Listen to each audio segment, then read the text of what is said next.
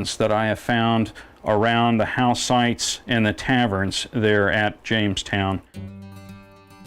Many generations of David's family have lived in the Rice, Virginia area, close to Sailors Creek Battle Park. I am surrounded by great areas to hunt. I can go, several miles in any direction, and I can find artifacts. I'm located in a very, very good spot.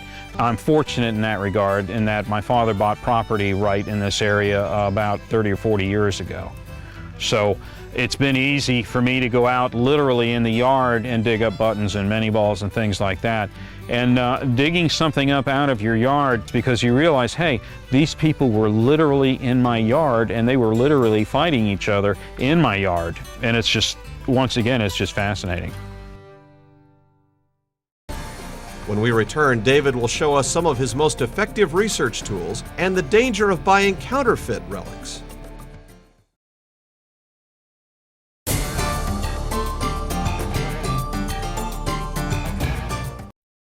Some of the greatest tools, or the most effective tools that I've used in my relic hunting, begin with several sources. One, I've got a copy of the official military atlas of the Civil War that has maps for virtually all of the major campaigns and battles, including Lee's retreat to Appomattox. Another invaluable source for information is this. This is the official records on the War of the Rebellion of the Union and Confederate armies. There are between 250 and 300 accounts of the fighting that took place in this particular area that were written by the people who actually fought there. This has been a tremendously valuable research tool. One other piece of information that I use, topographic maps. And this is just a copy of the one in the area. Literally, I've got maps that I have plotted all of my major finds on, and I can pick up the map and I can look at it, and you can detect patterns as far as artifact dispersal. What you see in front of you here is an example of earthworks. In this particular case, it's roughly a squared fort where they had artillery pieces located in here. The fort was probably completed sometime during the Civil War. At this particular fort, when the Union forces came through here right after Sailors Creek, they found at least 5 artillery pieces still in the fort, as well as dozens of cannonballs and shells and other pieces of ordnance like that. Unfortunately, over the years, places like this have been hunted out. There's very little left to find. Metal detecting itself, I think, is a wonderful hobby. Whether or not you're looking for Civil War relics, or if you're coin shooting or looking for jewelry or something like that, it's a great hobby. I mean, and it's potentially very lucrative. It, at times, has put bread on the table for me. I know of some people who have definitely made a living off of it. It's great physical activity. I love being outdoors myself, and it's an excuse to be outdoors. These iron objects here, iron balls actually, what they are called grape shot. They were used by both sides. They would be packed into cannons, and the cannon would be discharged like a giant shotgun to devastating effect. They're usually fired in what they call stands, to where there might be several dozen fired at once that would splinter out, much like a shotgun would do if you were out hunting game. Because this hobby can be very lucrative, one has to be wise in knowing which relics are genuine and which are unauthorized replicas.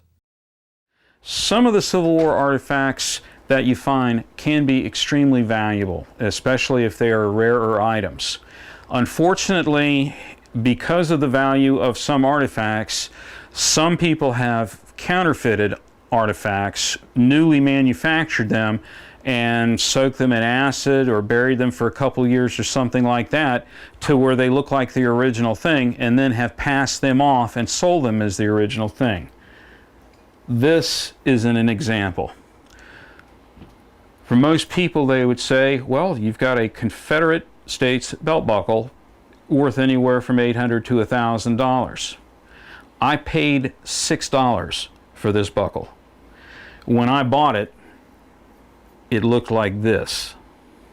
From a little bit of treatment, it looks like this. And unfortunately, because of the value of a lot of these artifacts, you really have to be careful when you go out and you buy artifacts, especially if they are high-end or valuable artifacts.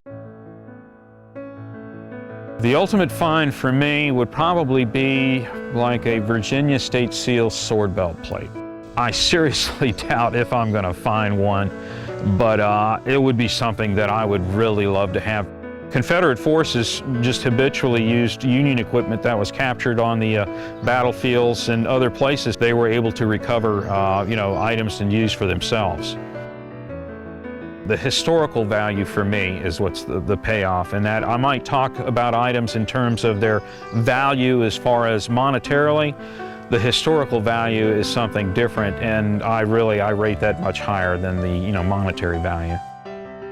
I actually thought that I was going to be getting out of this several years ago.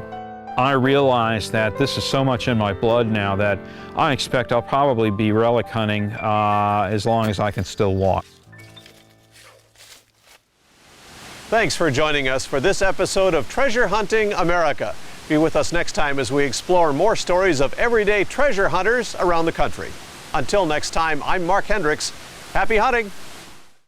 Treasure Hunting America is sponsored by White's Electronics, manufacturers of the world's finest metal detectors. For over 50 years, White's has been building metal detectors in the USA for treasure hunters around the world. For more information, visit their website or call the number on your screen.